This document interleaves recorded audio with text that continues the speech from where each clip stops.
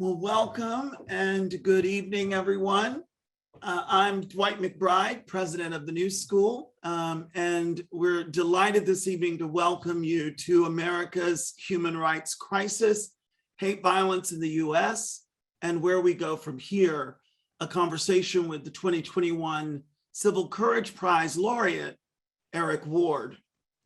I'd like to thank this evening's organizers and acknowledge the Julian J. Studley Graduate Program in International Affairs at the School of Public Engagement and the Civil Courage Prize for their principled scholarly and policy influence and thought leadership.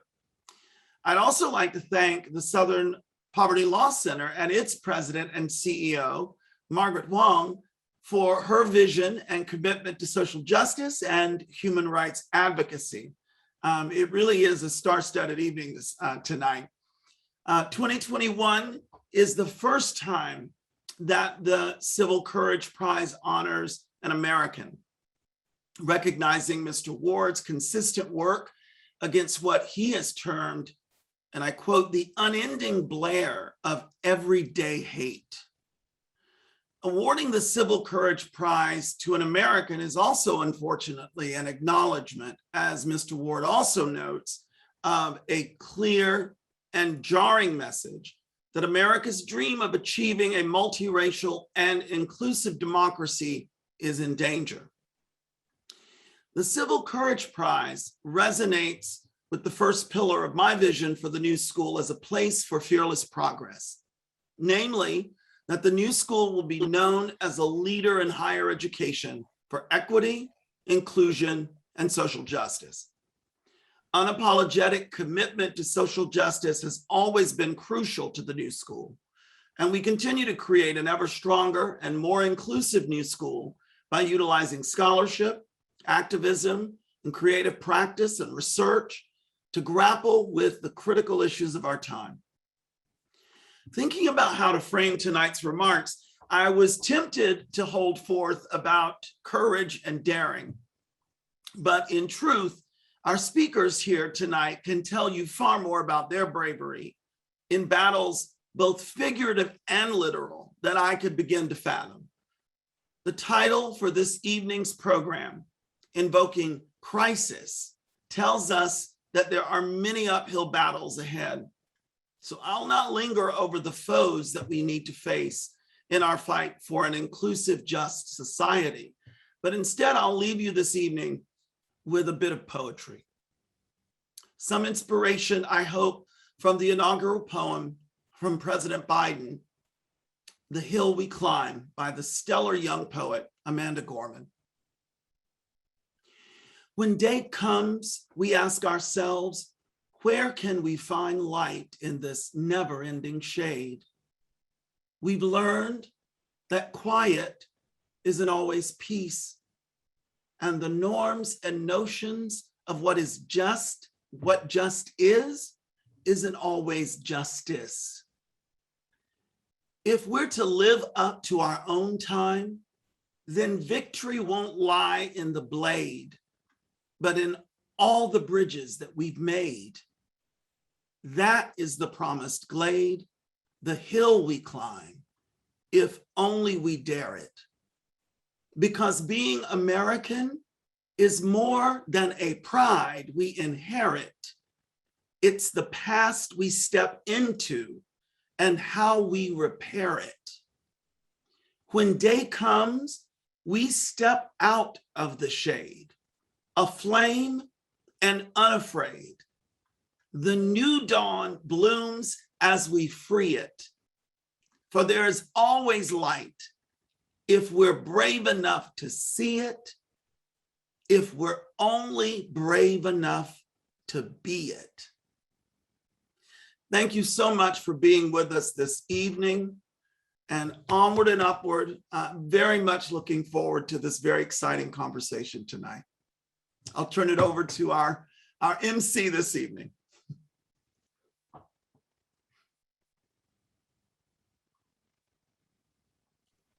Thank you, President McBride, for those apt and poignant words. Your arrival at the New School and unwavering commitment to equity, inclusion, and social justice are most welcome. I'm Peter Hoffman. I'm the director of the Julian J. Studley Graduate Programs in International Affairs, or SGPIA as we call it. And on behalf of my program, I also want to welcome you to tonight's event. You may be wondering why an international affairs program is organizing a session on hate in America. The reason is simple. Sadly, hate is a worldwide phenomenon. SGPIA is very proud to help realize this event because it also highlights that the fight against systemic racism in the United States parallels or is part of a broader global struggle to decolonize. By decolonize, I mean not merely in the sense of resistance to colonial occupation by great powers, but combating a whole mindset of hierarchies and their consequent injustices. And decolonizing international affairs is part of the defining mission of SGPIA. So this signature occasion fits well with our perspective and our politics. We're delighted to host it. Now a bit of housekeeping. As you'll see, the event is being recorded. Please use the question and answer feature throughout the event to send questions to the speakers. These will be gathered, and at the end of the initial conversation, a moderated Q&A will take place. Now, I'd like to turn it over to our colleagues over at Civil Courage Prize, Louis Bickford. Louis? Hi, thank you. Yeah, I'm Louis Bickford, and I'm here to represent the Civil Courage Prize and the Train Foundation, which annually awards that prize. The Civil Courage Prize is based on a very simple idea, which is that individuals who stand up make a difference. I mean, we are very aware of the role of multiple different kinds of actors and institutions, organizations, universities, such as the New School. And by the way, I should just say also that we're incredibly proud to have this association with the New School, which is an ongoing collaboration in which we hope to continue into the future. But there are many different kinds of ways to stand up against injustice, repression, et cetera, authoritarianism, white supremacy, but individuals matter. Individuals make a difference. And the way we think about that at the Civil Courage Prize is to look for ways to honor and celebrate people who stand up and represent steadfast resistance to evil at great personal risk. That's the way we define it. And I'll be honest with you that the word evil is one that doesn't really pop up in my day-to-day life so much. As a secular person, it's something I don't really think of, but I've come to really understand that that's a great way to understand the complexity of all of the very nasty forces that are out there. And once a year at least, we sit down and we talk about evil. And it's been a real education for me to try and think about this idea of what does evil mean. The prize itself has honored individuals who have stood up against organized crime syndicates in Italy, sexual violence as a form of war crime in the Congo. That was Denis Mukwege who won that award, who then went on to get the Nobel Peace Prize. Mass atrocity and genocide in Central America and in the former Yugoslavia. And if you look at all of these kinds of things, the idea of evil does in fact pop up. So steadfast resistance to evil at personal risk. And Eric Ward, who we're celebrating and honoring tonight through this conversation, definitely represents those, and we're very honored and proud that he's the laureate this year. Before I introduce Eric very quickly, Margaret is also exemplifies these characteristics. Margaret Huang is a longtime civil rights and human rights activist. She has held executive and leadership positions in a number of very important organizations, some of which you've no doubt heard of, such as Amnesty International USA, where she was the executive director, and currently is CEO and president of the Southern Poverty Law Center, also a great organization. Which brings me to Eric. Eric and I actually know each other. I'm not involved in the nominations process directly, but I was very happy to see his nomination come across the transom. We've known each other for about 10 years. We met at the Ford Foundation, where we both worked. And I'll say it's a privilege and an honor to work at the Ford Foundation, but it can also get a bit comfortable, to be totally honest. And I was reminded of this at least many times, but once during a conversation with Eric as he was preparing to leave the foundation, where he said, I've got to get back out there. I've got to get back out to the world. I've got to get out in a way that I'm struggling directly against what I would now call evil. He'll tell you a lot more about that, and he'll tell you a lot more about his background. But it's a privilege and an honor to have him the recipient of the Civil Courage Prize this year. And with that, I think I'll turn it over to Margaret. Wonderful. Thanks so much, Louis. It is a great pleasure to be with all of you this evening. And it is always a great pleasure to spend some time with Eric Ward. Eric, first, my own congratulations to you for your well-deserved selection for this award. And congratulations to the Train Foundation for their insightful prescience about the need for an award to go to a leader like yourself here in the United States at this moment. Eric, I want to kick off by asking you about your connection to Oregon and to the Northwest, where you moved after you left the Ford Foundation, and you have a long history there. Tell me how you found yourself working in Oregon and the Northwest. Margaret, first of all, it's wonderful to see you, and always a pleasure to talk with you. I'm very honored. My thanks to the Train Foundation, my thanks to SPLC for your support over the years. My story starts in Southern California. So I come up in Long Beach, California, right in the midst of its court-ordered desegregation. So we're sent to new schools, and that meant on the way from the bus stop to the front step of the school in 7th, 8th, and 9th grade, I and others faced lots of racial harassment, right? And not from other students, right? These were adults or college students driving by, shouting out things to 7th, 8th, and 9th graders. And it happened so much, Margaret, that it quickly became normalized, right? You're in junior high school, you don't want to stand out anyway. So we didn't tell our parents, we didn't tell folks in school. We just began to internalize what was happening to us, and it quickly became normalized. I remember in 9th grade, I often tell this story, I was waiting with friends for the bus home, and what I think were probably college students drove by, shouted out something. One of my friends shouted something back. And I remember the brake lights of the truck coming up and the vehicle stopping, and those college students piling out and running towards us. And most folks ran. But on that day, I just decided I wasn't going to run anymore. And I stood my ground. And not going to make light. There's no good answer. I think everyone knows exactly what happened to a 9th grader standing up to college students. But it was that day that I think, beyond politics, beyond ideology, I just decided that I wasn't going to run from bullies anymore. And I wasn't going to allow my friends to be bullied. Now, you get into the music scene in Southern California, it's wild, right? It's all punk to us. It's the rise of hip hop, right? Punk, reggae, ska. But we all know it as punk. And for some of us, right, it became almost a way of forging a new identity in high school, right? Race is the primary identity in the United States. We were all being bused to new schools across lines of race, religion, gender, class, right? So our primary identities, as we understood them, we hadn't yet come to understand racism, right? So it was disrupted. And as junior high school students don't want to be noticed, high school students want to belong. And so that music scene became a really strong identity for a lot of us across lines of, as I said, of race.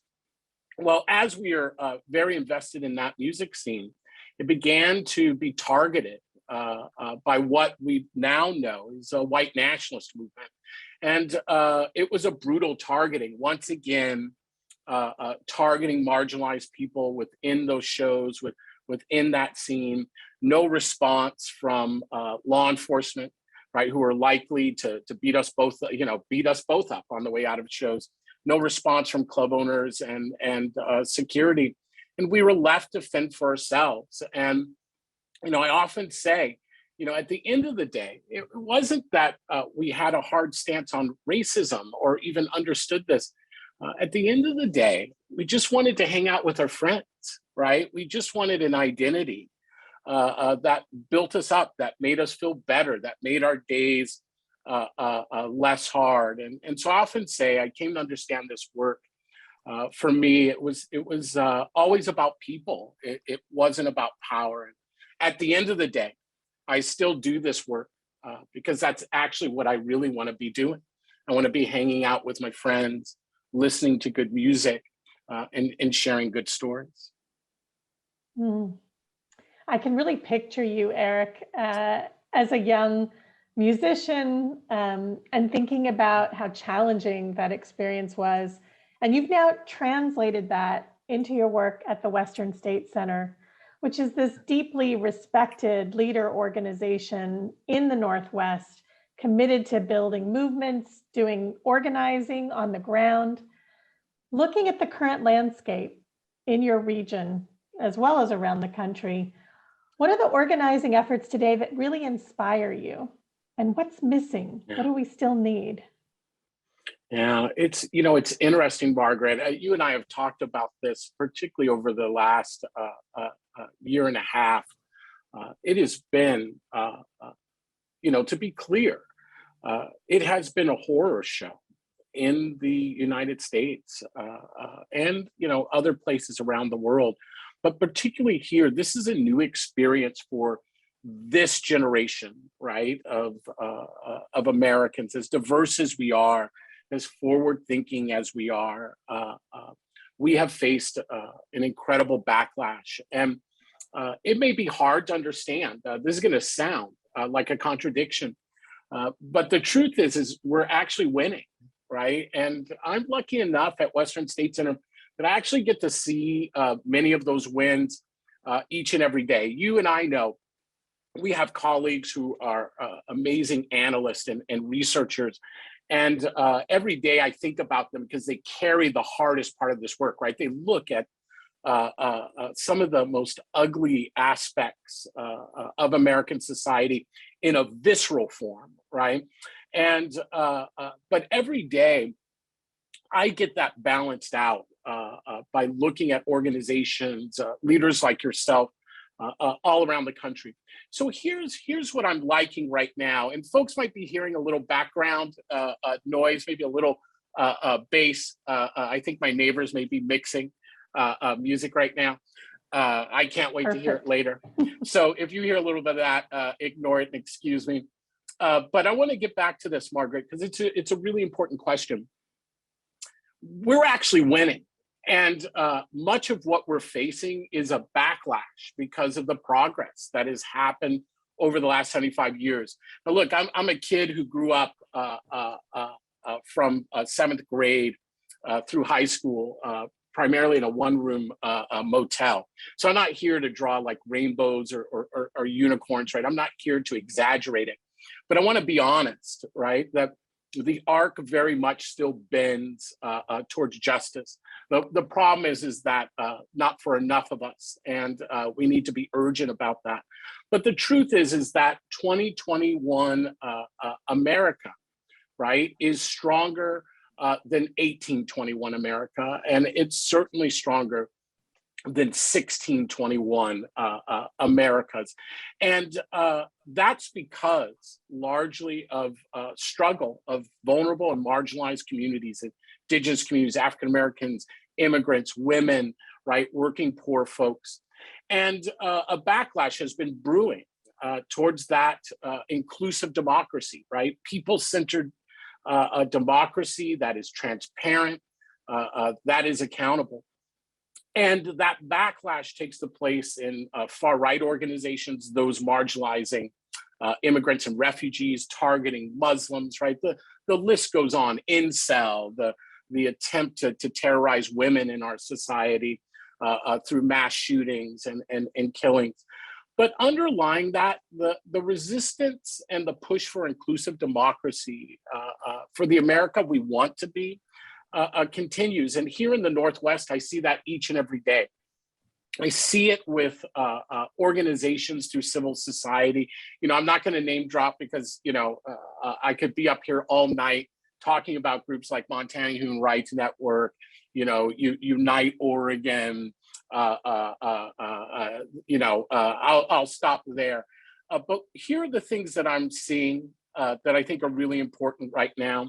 I'm seeing a big push by groups in this region and around the country to secure the vote, right? The right to vote is the biggest battle in this country right now, and we need to lean into it. And we're watching groups each and every day expand who gets to belong and participate in our society, right? They're not functioning off a scarcity model, right? They understand that we're a society that works best when we work from a model of abundance, right? This idea that there's some kind of limited set of opportunities that must be policed from others is just a lie we've been told. And so I'm really proud of those groups. I'm really proud of immigrant and refugee organizations here who have really stood up, right, and advanced the cause of what it means to be a diverse community, bringing experiences that have added to our communities greatly. But the thing that really has me most excited right now, not just in this region, Margaret, but you and I are seeing it, others are seeing it. But, this anti-bigotry field has been around since the Greensboro massacre, right? Primarily, those of us who have recognized that there's another social movement afoot in this country, and it's not our social movement, and it's not committed to inclusion. In fact, it's committed to exclusion and political violence. That nascent field hasn't really been recognized, right? Most people don't notice it unless there's something terrible, Oklahoma City bombing, the insurrection. But the truth is across this region and increasingly across the country, right, there are tens of thousands of Americans, right, across the political spectrum, right, from the left to the right, right? It's not Republican or Democrat or conservative and liberal, right? These are folks who are rejecting exclusion and trying to wrestle with inclusion. And that movement is incredibly vibrant each and every day. And the way that it shows up in solidarity in this moment is that vision of the future America that we're trying to get to. I say it, this is a country that used to take a mythical pride, right, in raising the barns of our neighbors. And we're watching a field advance into a movement, right, that is about building and raising barns for our neighbors in abundance. We understand that it makes for a strong, safe country, and that it moves us all forward together. It understands that the process of democracy is the best way to defend rights in this country. Eric, I want to pull out your reference to the anti-bigotry movement, because as you've noted, it's been around for decades, but also we've seen some changes in the last 5 years. And I'd love for you to expand on that a little bit and maybe forward project. What should we be expecting over the next 5 to 10 years in this movement? Yeah, I think I think about those days at these punk shows. I still go to punk shows, but back then, we were being attacked and physically and violently, and we didn't know what to do.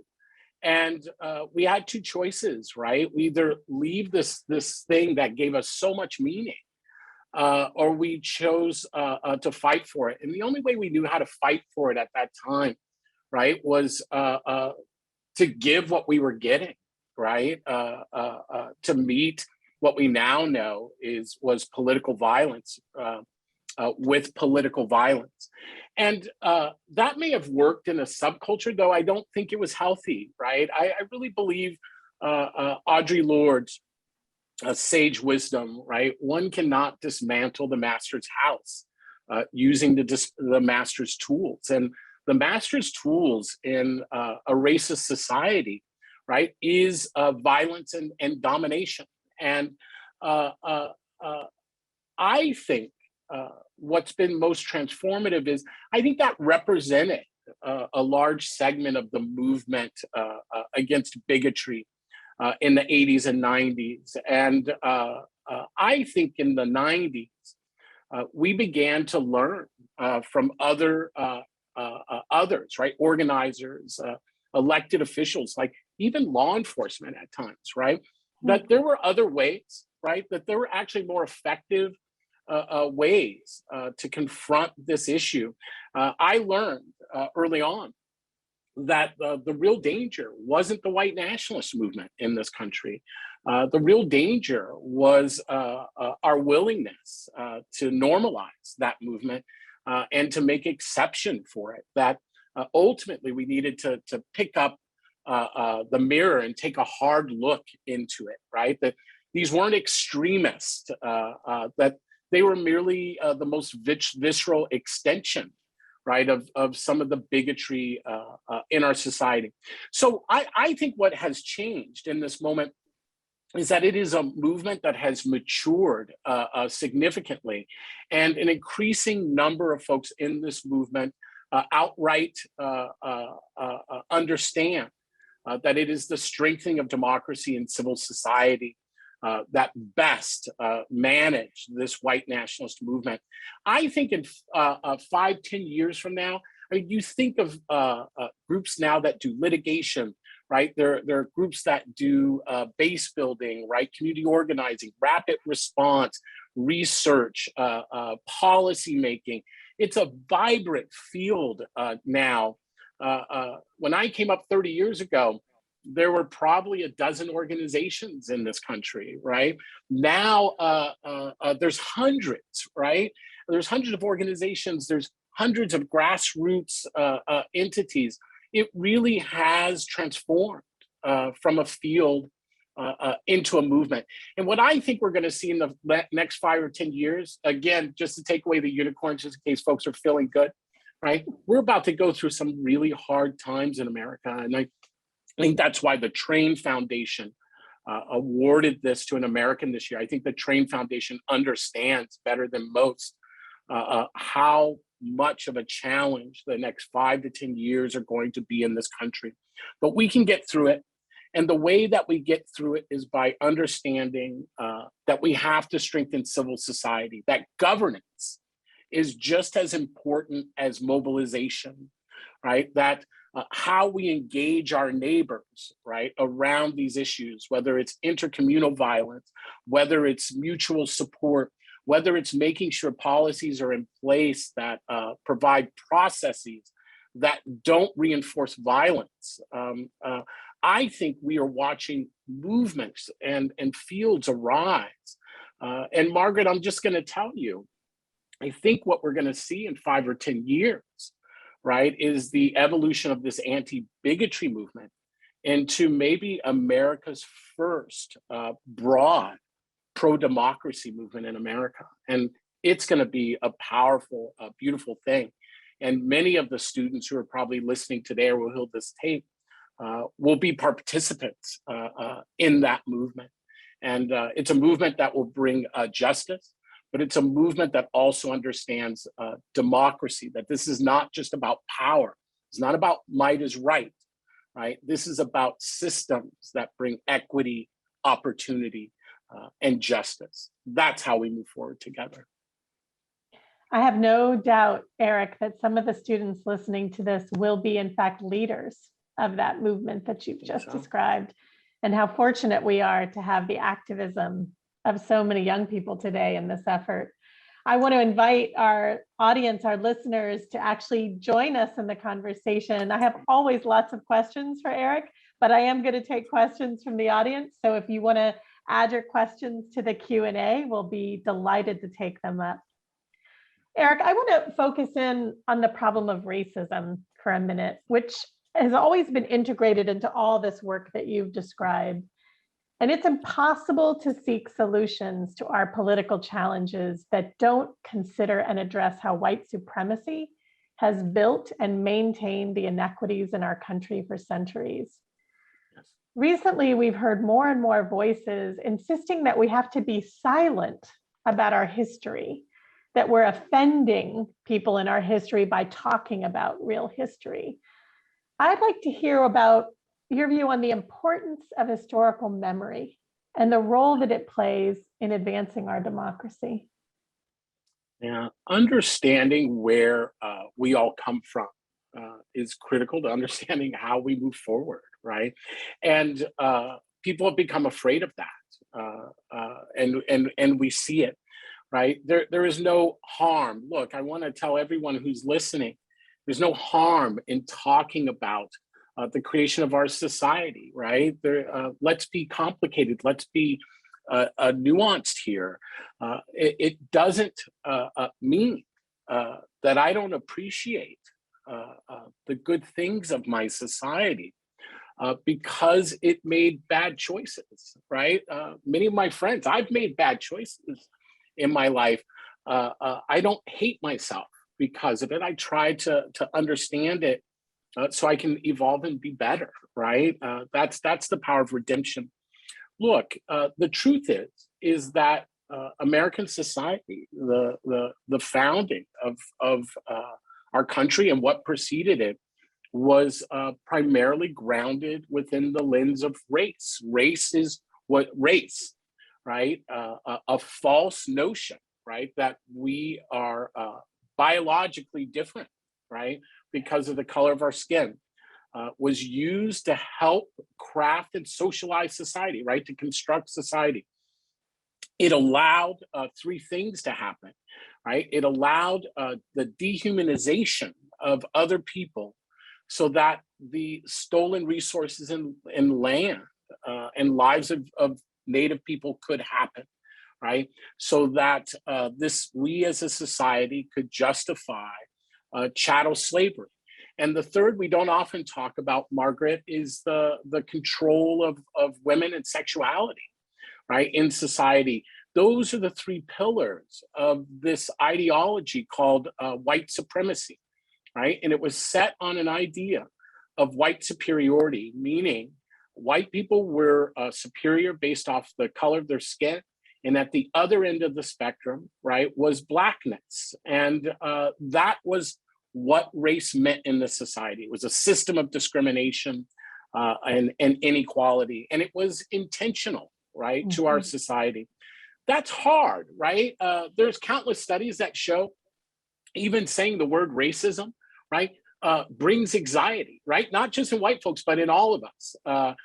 There's an interesting poll that shows 90% of folks in this country want to talk about race.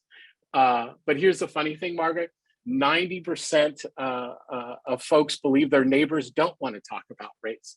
But the truth is we talk about race, all of us, each and every day, right? Whether we're talking about, I often argue whether we're talking about immigration, right? Whether we're talking about COVID, whether we're talking about critical race theory, right? And historical memory, underlying that is this conversation around race. And the fundamental question of that is who's an American and what will America look like? So look, it's important to understand it is uncomfortable talking about race, but the more we talk about it, the less uncomfortable it is. Look, I'm a big, this is a chance where I can give a shout out. I'm a big soccer fan. Sunderland, the lads, Black Cats, those are my folks. Chicago Fire, and then I have a lot of love for the supporters of the Portland Timbers, right? But I'm a big soccer fan, and I'm really uncomfortable. There are folks who just know data about soccer that I don't know, and so I can either be quiet, right, or I can begin to kind of practice the language. And this is the moment we have this opportunity right now to really practice what it means to talk about our history, right? And to understand at the end of the day, look, everyone, take a deep breath, right? And breathe it out. None of us were there back then. None of us are responsible for the construction of white supremacy, right? We only have to be courageous enough to talk about it, right? And to try to figure out how to not gift that to future generations, right? And so we have to do away with some of the guilt that we might feel, some of the anxiety, right? People aren't racist, right? Or people aren't bigots. There are things that we do that are racist and bigoted. There are systems, right, that have been put into place that are inherently breed inequality based off of race and gender. But we can address those systems. We can make our choice points. But how are we supposed to do that, right? If we get anxiety, or we want to, let's be clear, or we want to like hog tie a principal, right, and kidnap him, right, because he chooses to allow his teachers to explore the conversation of race. And so it's time to rein it in a little bit, right? We're not going to melt because we say racism. We're not going to melt because we're honest about American history. It'll make us stronger. That's beautiful. Eric, we have a couple of questions from the audience that we've actually combined into one for you. Yes. You've talked a lot about pro-democracy, even more than about far-right extremism. Yes. Is democracy the best thing we should be fighting for right now? And why do you feel confident about this vision? Yeah. So it's the best thing we have, democracy. Yeah. There's not a stronger ideology. Margaret, a few years ago, I tell this story often. There was a big alt-right demonstration here in Portland, Oregon. And, they held it outside, interesting enough, a music festival. And they held it there specifically. They knew there'd be a lot of people going in and out. They knew it'd be, it's likely if there was going to be real diversity in Portland, it was likely going to be there. Yeah. And they did it at a time where they knew it would make the evening news, right? And they knew there would be counter protesters, right? They thought about what spectacle did they want to put on the news to folks who were sitting down for dinner that evening, and they knew they'd get it. But there was this moment in there where there was this young kind of white nationalist alt-right activist who was participating, and he was kind of sitting off at the side. I got the impression he was like catching his breath and probably just checking his email. And he had this guy run up with him with this camera. Now everyone knows that guy with the camera, right? And kind of just runs up, shoves it in your face, and starts shouting at you. And he wanted to know why this alt-right activist was there. Why was he here in Portland, right? Didn't he know? Didn't he know the mayor of Portland didn't want him here? Didn't he know the people of Portland didn't want him here? Why was he here? Like, he was demanding an answer. And what this alt-right activist said, I tell people we should hear really clearly. His response was, yeah, I heard we're not wanted here. He said, but did you know Portland, Oregon has a shrinking Black population by both whole percentage and whole number? And then he said, so you can say you don't want us here, but you're actually doing something we could never get away with. You're actually disappearing the Black community, right? He was basically calling us hypocrites. And that's where we have to understand. This is why I talk about pro-democracy. This is why I'm not spending a lot of time in this conversation talking about the white nationalist movement. He understood quite clearly that we will continue to lose, right? And we can lose. We're winning, right? But any team can throw away the game in the last quarter. I've watched it happen many a time, right? And the truth is this. We can't bring forward as an alternative the status quo that is grounded in inequality, that is grounded in discrimination, right? In malaise, right? Even the white population of America doesn't want to move forward under this current white supremacist system. And these white nationalists know it. And they're putting forward an alternative, something that is even harsher than white supremacy, right? Complete ethnic cleansing, right? Of people of color and Jews from America, right? That's different from white supremacy, the exploitation of people of color. Look, Black folks and Indigenous folks have built inclusive democracy in this country. John Lewis, who passed recently, right, said, right, until the 1960 civil rights movement, democracy was merely an aspiration. It was the civil rights movement that made it a reality. And ever since, the gains of that civil rights movement have been under attack, right? Whether we're talking about voting rights, right? That's the Voting Rights Act, whether we're talking about the ability of people of different backgrounds to be able to engage with one another. The attack on critical race theory is an example of that, right? Or the thing we don't often talk about, right? I like to lift up some of the nuances, right? The third big victory of the civil rights movement in the 1960s was the Immigration Reform Act that ended white supremacist policies that led directly, right, to the killing of Jews and others trying to flee Europe under Nazi Europe. These are the things that are being attacked right now. But the truth is if there is democracy in America, it's largely been built by Black and Indigenous communities. And that program of democracy has shown itself, unlike any other ideology, right, to actually better the lives not only of Black and Indigenous communities, but every other American. I often say, I would be happy to put the gains, how, you know, the Black civil rights movement in this country has done more for the white population in America than the white nationalist movement has ever delivered for white people in America. And I'd be happy to cash those checks to show exactly how that has happened. But the truth is this, look, people talk about, and you know, we can have this conversation. Please, someone invite me to this conversation and panel sometime. Look, we can have a conversation on economy, and economic inequality in this country is a problem. But to have conversations on economy first means that you have to be considered a fully fledged member of that society. And we aren't there yet. People are still struggling for the right to be considered human in this society. And that is ultimately the struggle of democracy, participation, the power of the people. And so it's why I say democracy is the most radical ideology yet put forth in this country. And until someone puts together a program that shows itself to be much stronger, I'm sticking with that Black and Indigenous program. Wonderful. Thank goodness you are. All right, we have another question from Adrian. Hi, Eric. Thank you for this conversation.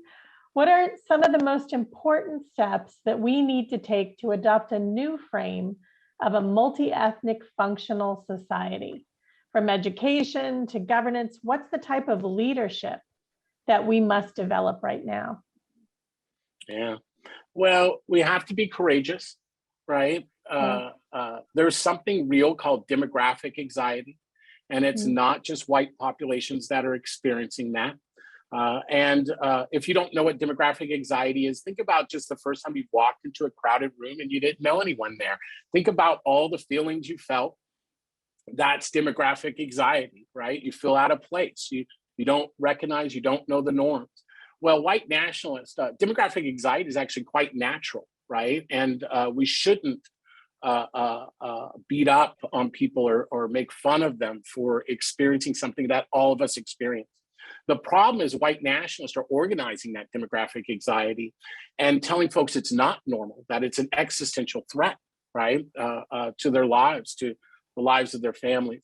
So we have to be courageous, right? We have to first understand that we have to have much bigger networks in our communities, in our personal lives, right, in our collegial lives than we actually do. And being courageous means really, if the white nationalist movement intends to build a mass base to overthrow American democracy, right, through violence, we need a mass base that is prepared to defend and continue to strengthen democracy in this country. So that's the first piece. And we don't get there in our own identity silos, right? Again, racism in the society is a social construct, right? There's no biological definition. And so when we become purist, I'm not saying identity is not important. So I'm a punk rocker, I'm a Black man. I'm not here to tell you identity is unimportant. What I'm saying is we have adopted the white nationalist and white supremacist overemphasis on racial identity in this country. And I think that that is significantly dangerous, and it stops us from being courageous. So look, we step out into spaces we're not normally used to being in. And the second thing is we start those conversations not with ideology, right, but with values. I think of a group called People's Action that launched thousands of conversations around this country, right? Talking to folks they don't normally talk to, right? And not talking to them about trying to convert them to some ideological position, but having a conversation about what are our values, right? What are the things? What are the things we value? And kindness, right? Maybe that's a value we hold, and let's start about there. The third piece, Mark, because I know I'm running long, it's the old Baptist in me. But I do want to focus on one other piece that I think is really important. There is a danger here, right, in terms of how we move forward. I said that there is a anti-bigotry movement that is growing in this country. And I come out of the left, right? So I'm going to feel very comfortable. I'm going to be really blunt. There is a danger that the left could kill that movement, right? Through its purism, right? Through its ideological sectarianism, right? Over values, through almost an arrogant brace of romanticizing political violence, right? And I think what I would say to those of us on the left, right, is that we have to let go of our own exceptionalism in this moment, right? We have to understand that we are part of a society, and not everyone in this society is going to hold our ideology. It doesn't mean people don't hold our values, right? And I think our role right now is not some, again, reverse domination of the white, as promoted by the white nationalist movement, right? This might is right type of aesthetic. The real question is, we're hard workers in the progressive and left spaces. We're creative folks, and we're also visionary.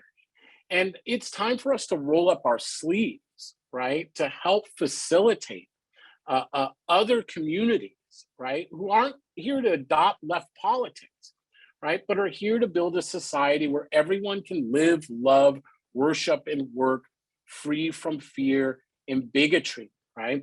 That is the path to securing belonging in this country and addressing economic inequality in this moment. It's going to take a lot of courage for the left and progressive movements, right, to give up its own silence, to join this great American experiment.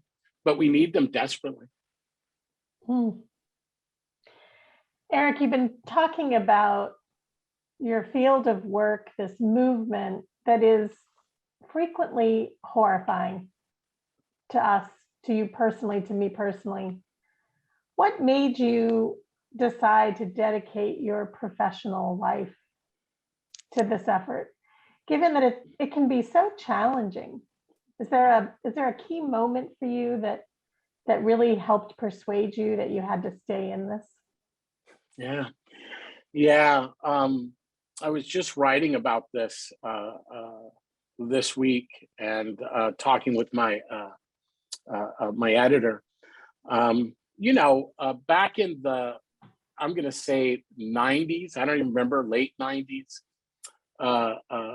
we were holding an event, not in our town, a great organization, by the way, that makes phenomenal documentaries on how communities have responded to hate violence. But I'll move on for a second and say, we were hosting a screening of one of their documentaries, and about a dozen neo-Nazis showed up in full regalia, right, to this public event.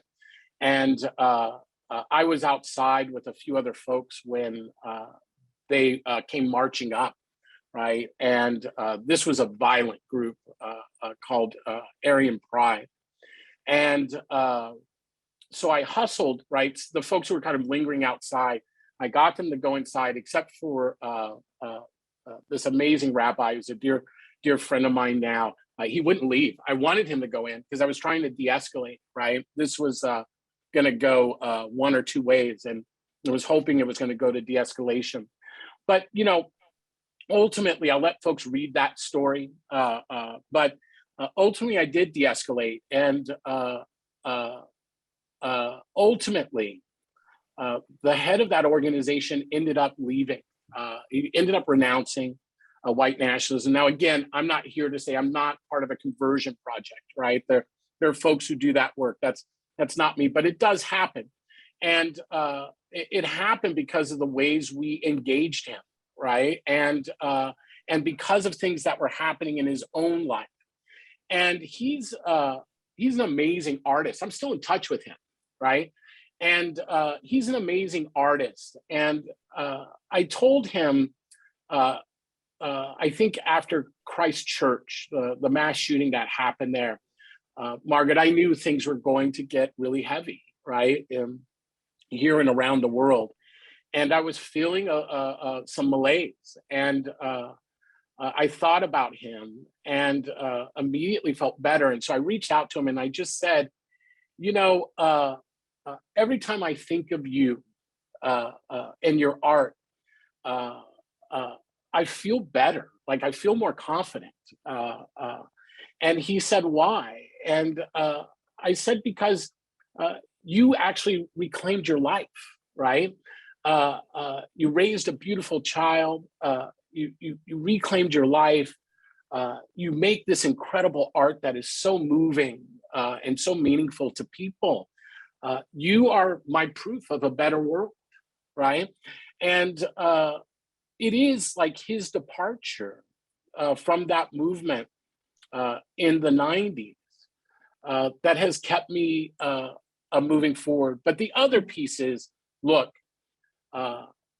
folks struggled for 75 years to get us to this point, right? And they struggled under much worse conditions than people can imagine, right? That's why history is important even for us, right? We say things like not our grandmother or our mother's civil rights movement. We have no idea, right, how hard they struggled and under those conditions and choices.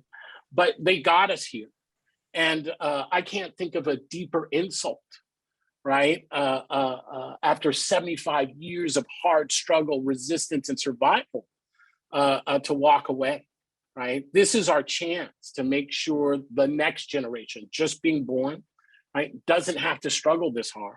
And if my parents and grandparents struggled harder than I do, I can make this walk, right? I'm willing to walk this. I think the next generation's worth it. Thank goodness you have walked this path, Eric. And to all of our audience out there, particularly young people who might be wondering what could they do right now to join this anti-bigotry movement, I'm going to challenge you, Eric, to offer your advice in the length of a tweet. Oh, good. Because we've got to wrap words. up. So tell me, what advice would you offer to young people? Form a organization on your campus. Form an anti-bigotry group, right, that looks to reduce hate crimes and to do education around racial violence and political violence. Reach out to organizations like SPLC, Western State Center, Political Research Associates, Anti-Defamation League, right? Reach out across the spectrum and gather information. This is some of the most vital work. The second thing is make sure that anti-bigotry organization is working with other organizations to protect the vote. Those are the two most important things you can be doing right now. And be kind to yourselves and be kind to other folks. Beautiful. Thank you so much, Eric. Thank you. It's always a joy to spend time with you. I'm going to hand back to Peter. Peter, over to you. Thank you. And what a terrific session and what a wonderful note to end on. We are truly honored and humbled to be a platform for celebrating and paying tribute to Eric Ward. His work is so important and inspiring. I offer my congratulations, Mr. Ward, a worthy recipient. Margaret, I also want to thank you and acknowledge the work of the Southern Poverty Law Center. It's also doing really critically needed work To my colleagues at the Civil Courage Prize, Louis Bickford, Barbara Becker, and George Biddle, thank you for partnering with us. It's a terrific collaboration that we hope to continue for many years. Side, of course, President McBride, his comments, I thought, set the tone great. Zolo of the SPE Dean's Office, and Silvana Alvarez Basto of SGPIA. Lastly, thank you to the audience. We will be sharing the video. You should also, I encourage you to look at the SGPIA Event Hub and our website and our other social media to find out about other events that will surely be of interest. Thank you and good night.